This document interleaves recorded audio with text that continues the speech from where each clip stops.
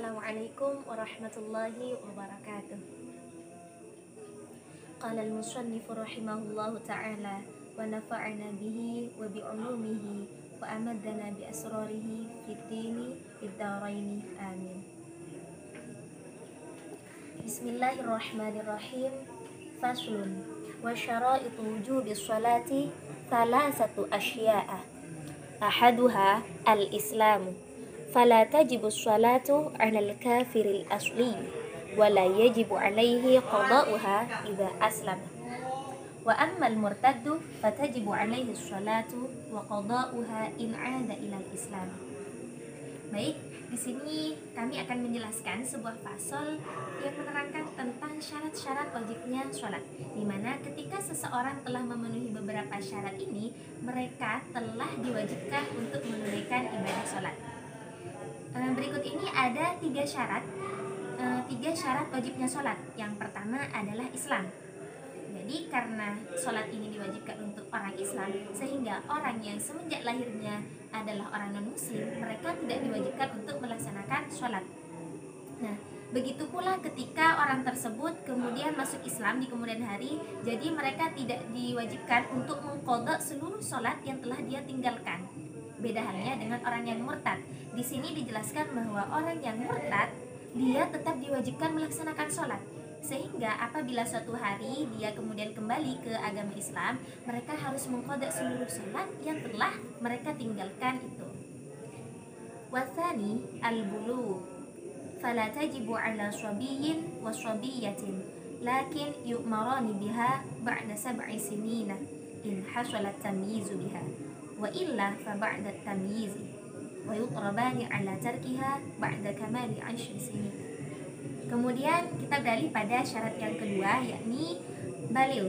Artinya seseorang diwajibkan sholat ketika mereka sudah balil, sehingga orang atau anak kecil, baik dia anak kecil laki-laki maupun anak kecil perempuan, mereka tidak diwajibkan untuk melaksanakan ibadah sholat.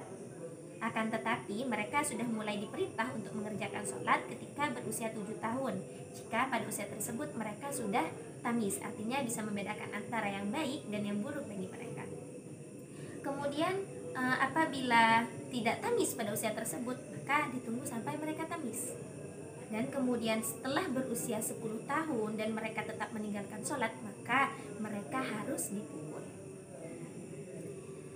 Wasalisu al-aqlu fala tajibu ala majnunin. Kemudian syarat yang ketiga adalah berakal. Jadi untuk orang-orang yang tidak berakal, baik karena gila atau idiot atau gangguan psikis lainnya yang menyebabkan akal mereka itu terganggu, mereka tidak diwajibkan untuk mengerjakan ibadah sholat. Wa qawluhu wa huwa haddut taklifi saqitun fi ba'di nusakhil matni.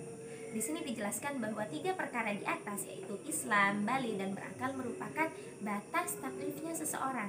Artinya seseorang jika sudah memenuhi 3 syarat di atas dikatakan orang mukallaf. Kan tetapi menggunakan redaksi lafaz ini dinyatakan gugur, artinya tidak disertakan dalam sebagian redaksi kitab matan lainnya. Wassalawatul masnunatu wa fi ba'din nusakhi al-masnunatu khamsun al-'indani ay sholatu 'idil fitri wa 'idil adha wal kusufani ay sholatu kusufis syamsi wa kusufil qamari wal istisqa'u ay sholatuhu. Ya, baik, kita beralih pada pembahasan lain, yakni menjelaskan tentang sholat-sholat yang disunahkan, di mana sholat-sholat yang disunahkan di sini menggunakan lafaz al-masnunatu, menggunakan lafaz mufradnya, tetapi dalam sebagian redaksi ini menggunakan lafaz jamaknya, yakni al-masnunatu. Itu. Di sini sholat-sholat yang disunahkan jumlahnya ada 5. Yang pertama adalah sholat 2 hari raya, yakni sholat hari raya Idul Fitri dan sholat hari raya Idul Adha. Kemudian sholat 2 gerhana, yakni gerhana matahari dan juga gerhana bulan. Dan terakhir adalah sholat istisqa, di mana sholat istisqa ini dilakukan oleh umat Islam untuk meminta hujan kepada Allah Subhanahu wa taala. Wa sunanut tabi'atu lil fara'idhi wa yu'abbaru anha aidan bis sunnatir ratibati wa hiya 17 rak'atan. Rak'atal fajri wa arba'un qabla zuhri wa rak'atani ba'dahu wa arba'un qabla al-'ashri wa rak'atani ba'da al-maghribi wa salasun ba'da al-'isya'i yutiru bi wahidatin minhunna. Nah, kemudian di sini beralih lagi pembahasan ya mengenai salat-salat sunnah yang mengiringi salat fardu, atau dalam bahasanya itu di sini dikenal dengan salat rawatib. Ya, di mana salat rawatib di sini berjumlah 17 rakaat dengan rincian 2 rakaat salat fajar, artinya dilakukan sebelum salat subuh ya. Kemudian 4 rakaat sebelum melaksanakan salat duhur, ditambah lagi 2 rakaat setelah mengerjakan salat duhur itu. Kemudian 4 rakaat sebelum asar, 2 rakaat setelah mengerjakan salat maghrib, dan 3 rakaat setelah isya. Nah, 3 rakaat di sini artinya 2 rakaatnya salat rawatib yang mengikuti salat isya, kemudian yang satu ini adalah salat witir. Al-wahidatu ya aqallul witri wa aktsaruhu 11 rak'atan. Wa waqtuhu ba'da sholatil isya'i wa tulu'il fajri. Falau autara qabla al-isya'i 'amdan aw sahwan lam yu'tadda bihi. Nah, kemudian di sini dijelaskan ya mengenai salat witir, di mana paling sedikitnya mengerjakan salat witir ini memang 1 rakaat, sedangkan paling banyaknya adalah 11 rakaat.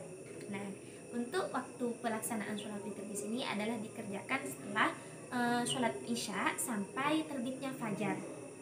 Dan jika misalnya ada kasus seseorang melaksanakan sholat witir ini sebelum mengerjakan sholat isya, bagaimana hukumnya?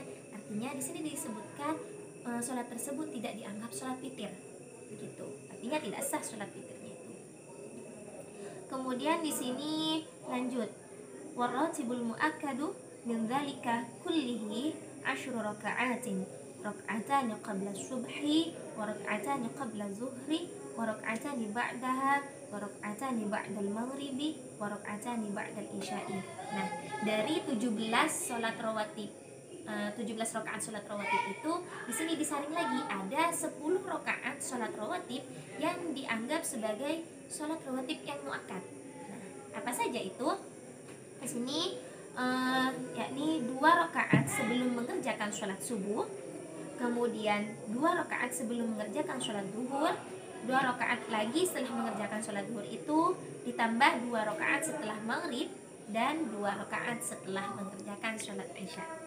Ya, baik, mungkin hanya ini. Sekian, ihdinas shiratal mustaqim. Wallahu a'lam bishawab. Assalamualaikum warahmatullahi wabarakatuh.